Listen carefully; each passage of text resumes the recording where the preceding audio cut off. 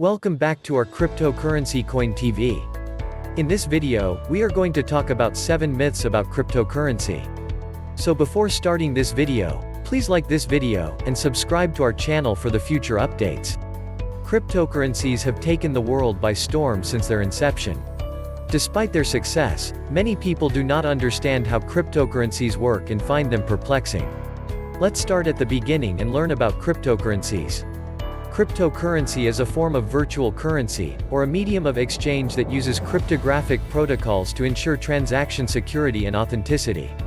Such virtual money is based on the blockchain technology, which is unregulated by any jurisdiction, which is the reason why cryptocurrencies and their transactions are fully safe.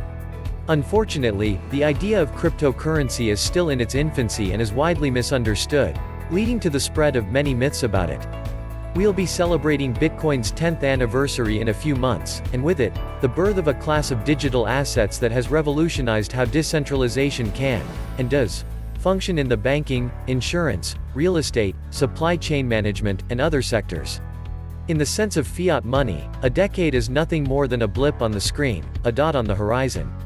Even so, take a look at how much attention and engagement Bitcoin has gotten in just a short period of time, and you'll see that it's kind of a big deal.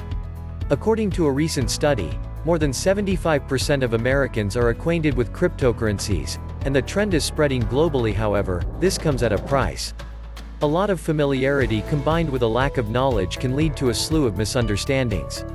Although not all of them are completely incorrect, a little insight does not go a long way and sometimes leads to misunderstanding. Here's a list of the myths about cryptocurrency. Let's start. Number 7. Cryptocurrency is only used by the dark web and criminals. Aola made a joke about the widespread misconceptions about cryptocurrencies, citing stereotypically shady transactions such as domain hosting and adult entertainment as examples.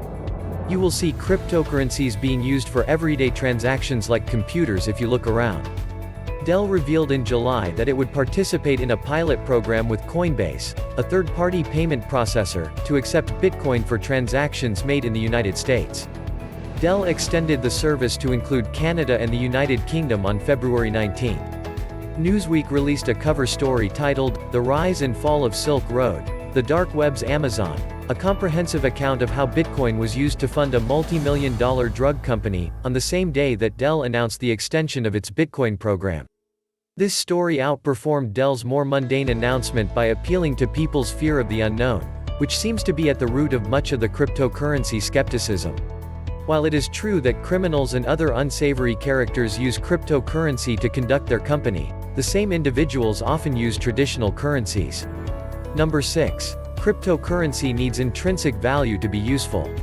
It won't take long to come across this objection, which is based on the idea that cryptocurrency, unlike a tangible asset like gold, has no intrinsic value, rendering it useless.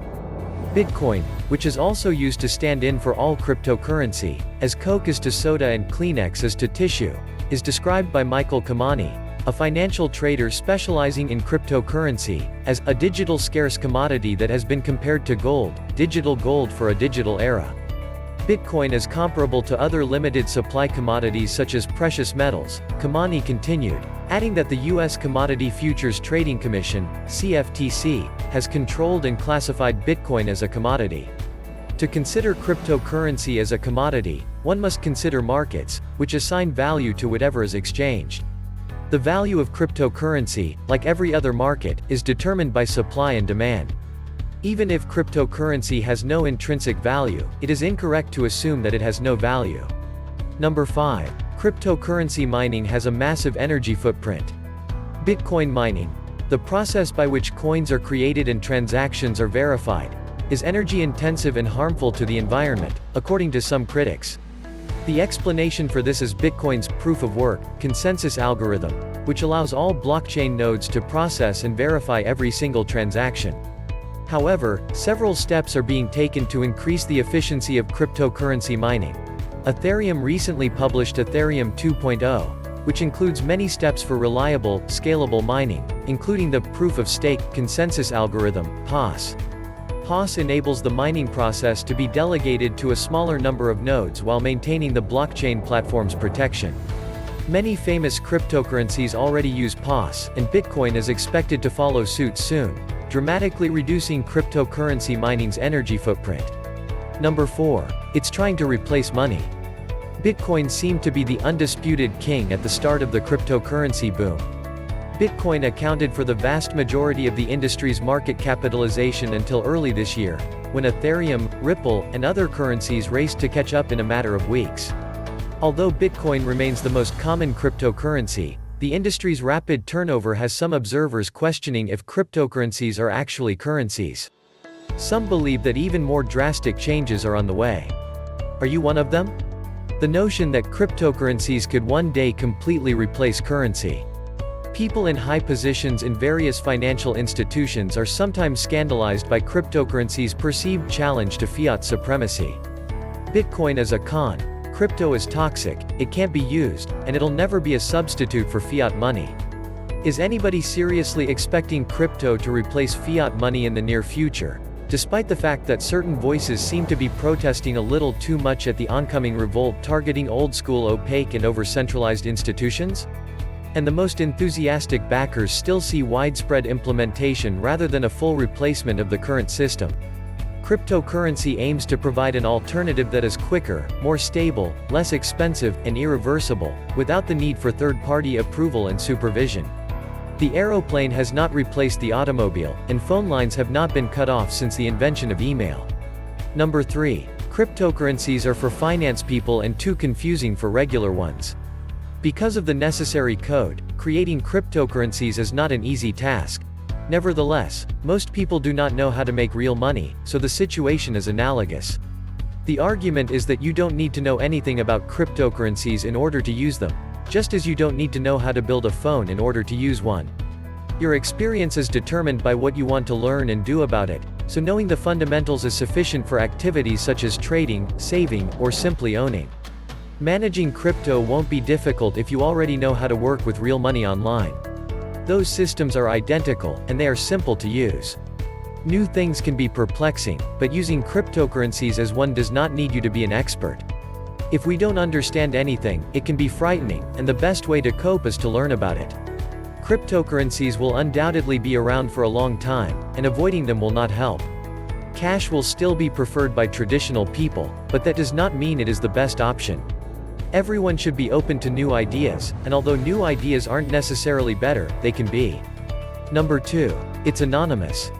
When people are learning about cryptocurrency for the first time, they often underestimate the extent of anonymity it provides.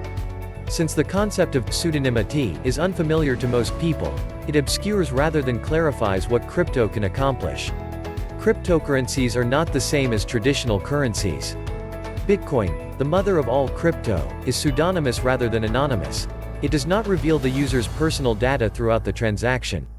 Nevertheless, regular people may track identities through the blockchain, and there are sophisticated tools that include blockchain forensics for illegal activities to various governmental and financial institutions. Other cryptocurrencies offer much more privacy. Monero and Dash, for example, are based on privacy. Even so, using crypto on such exchanges also necessitates the submission of personal information, and many collaborate with governments in the detection of fraudulent activity. Number 1. It's too complicated for regular people.